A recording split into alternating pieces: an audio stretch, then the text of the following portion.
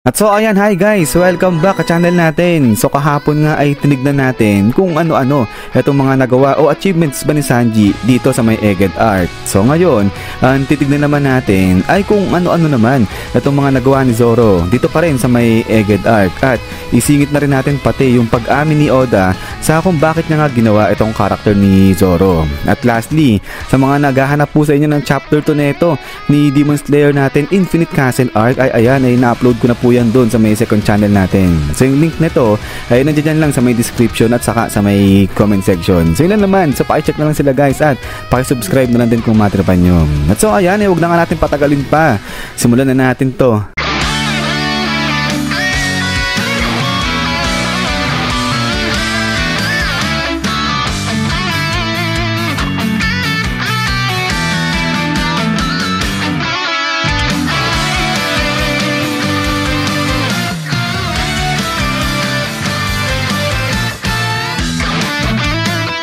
At so dito nga natin sisimulan sa paggagwardya ni Zoro dito kay Sunny laban sa pagtatangka ni Kaku na sirain yan. So dito ay nagtagumpay itong si Zoro na pigilan itong pinaplano ni Kaku na sirain nga itong barko nila. At maliban pa nga rito, nakita rin natin na kinalaban ni Zoro itong si Kaku at binit up niya pa yan. At dahil nga dito sa paggugulpi ni Zoro dyan kay Kaku ay natulungan niya itong si Stacy para naman pabagsakin itong si Kaku. So dito, hindi naman talaga alam ni Zoro yung pinaplanong gawin ni Stacy na magbe-betray na nga siya dito sa dalawa na to kay Kaku at saka kay Rob Lucci. Pero dahil nga sa effort ni Zoro kaya ayan na distract niya itong dalawa na to, si Kaku at saka nga si Rob Lucci. At dahil dito nagkaroon ng opening itong si Stacy na gawin nga itong pinaplano niya. So ayun, bagsak ngayon dyan itong si Kaku.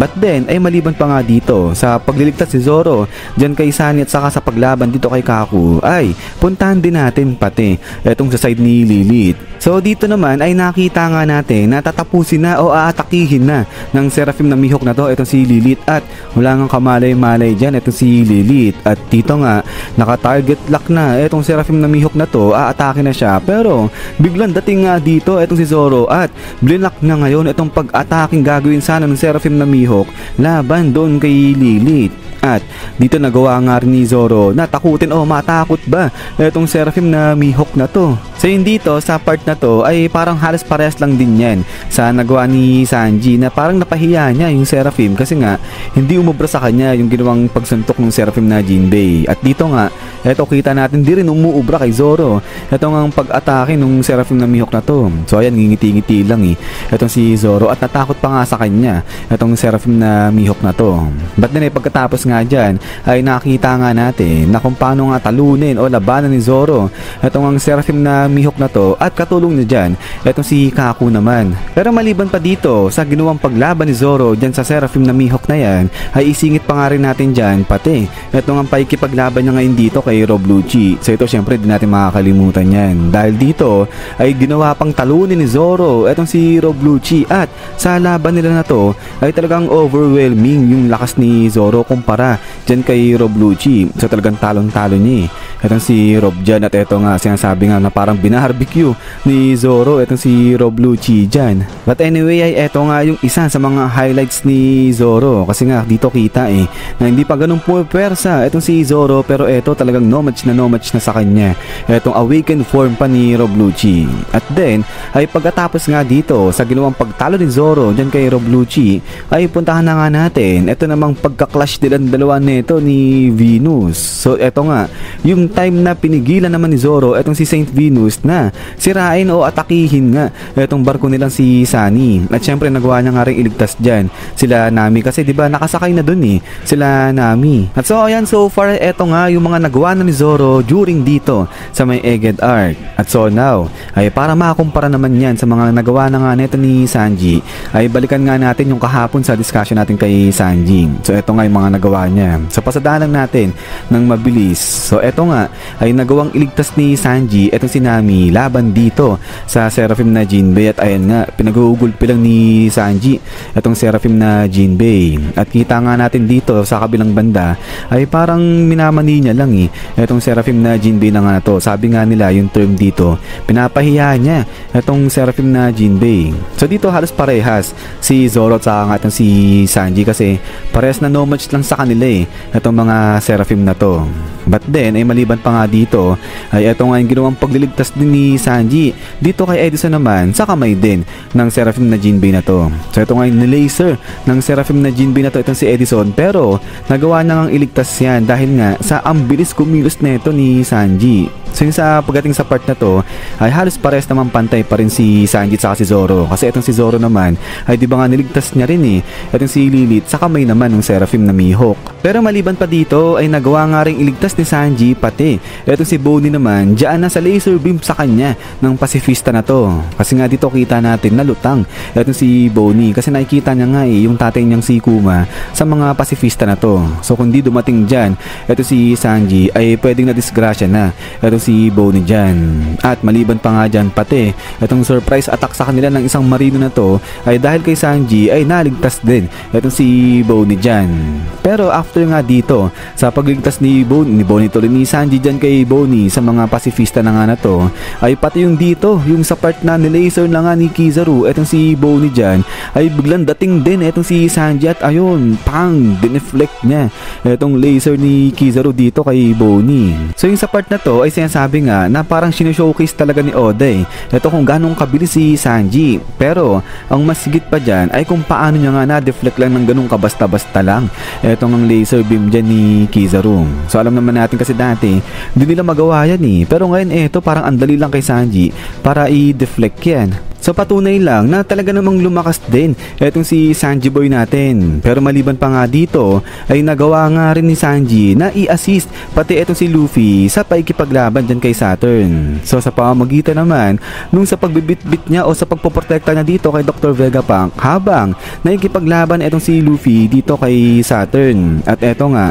dahil kay Sanji ay nagawa na ni Luffy na makapag-focus ng husto dyan sa paikipaglaban kay Saturn, kasi nga nandiyan dyan etong si Sanji para asahan niya na si Sanji yung mag-aalis kay Dr. Vegapunk papalayo dito sa area ng labanan ni Luffy at sa hangan ni Saturn. So kaya ayan ay masabi natin na malaking tulong din talaga itong nagawa ni Sanji para dyan kay Luffy. But then ay lastly ay puntahan na nga natin pati itong ang nagawa ni Sanji na pagliligtas dito kala Bonnie kala Frankie laban dyan kay Saint Venus. So dito nakita nga natin na na-corner na ni Saint Venus itong grupo na to, pero bigla nga dating dyan itong si Sanji at eto nga pang bigla niyang binanatan dyan itong si Saint Venus, kaya naman na-delay itong pag-atake ni Saint Venus dito sa grupo nila Bonnie. So somehow nailigtas ni Sanji itong sila Bonnie sa kamay nito ni Saint Venus. Pero yung sa part na to ay parang di ko alam kung pantay sila ni Zoro kasi ganito rin naman yung ginawa ni Zoro, nagawa niyang iligtas o i-block ba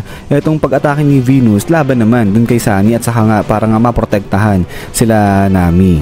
But anyways ay ayan nga yung nagawa ni Sanji at saka nga ni Zoro dito sa may Egghead Arc. At so ayan ay kayo ba sa tingin nyo kung kayo ang papipiliin, sino ang panalo sa dalawa na to? So kumbaga sino yung mas maraming nagawa sa kanila dito sa may Egghead Arc? So kung akong pipili dito ako pupunta kay Sanji, kasi itong si Sanji kita natin na talagang roaming siya, ikot-ikot siya din sa may Egghead Island at ang dami niyang na-assist, dami niyang natulungan. So itong si Zoro hindi kasi masyado, parang konti lang, medyo konti lang talaga yung nagawa niya dito sa may Egghead Island. So kaya ako dito masasabi ko mas maraming nagawa ito si Sanji sa may Egghead Island art na to. But anyways ay ayan, bagamat parang etong si Sanji na nga yung panalo o yung mas maraming nagawa dito sa may Egghead Island, ay puntahan naman natin etong statement na to na sinasabi nga na si Oda inamin niya na kung bakit niya ginawa etong karakter ni Zoro. So siguro nakita niya na etong statement na to na sinasabi nga Oda admitted that he needed to create Zoro as deuteragonist. So kung tama ako ng pronunciation dyan. So ito nga, second main character in order for One Piece to be popular. So ito nga, yung dahilan kung bakit ginawa ni Oda itong si Zoro. Pero yung buo kasing statement niya na ay eto. So sabi nga dito, Oda this month, so ngayon lang yan, before OP started, I already had the idea of having a character like Luffy as the protagonist. In order to be popular, I prepared someone like Ryuma as second main character. So ito, does that mean Zoro, whose ancestor is Ryuma, can be another protagonist? So yung para sa tanong na yan ay masabi natin na parang oo, si Zoro na nga yan. At saka sinabi naman ni Oda na yun nga, para sumikat etong si One Piece, kailangan nang gumawa ng second main character. At ngayon kita naman natin na si Zoro, sa kanya napunta nga yung role na yan.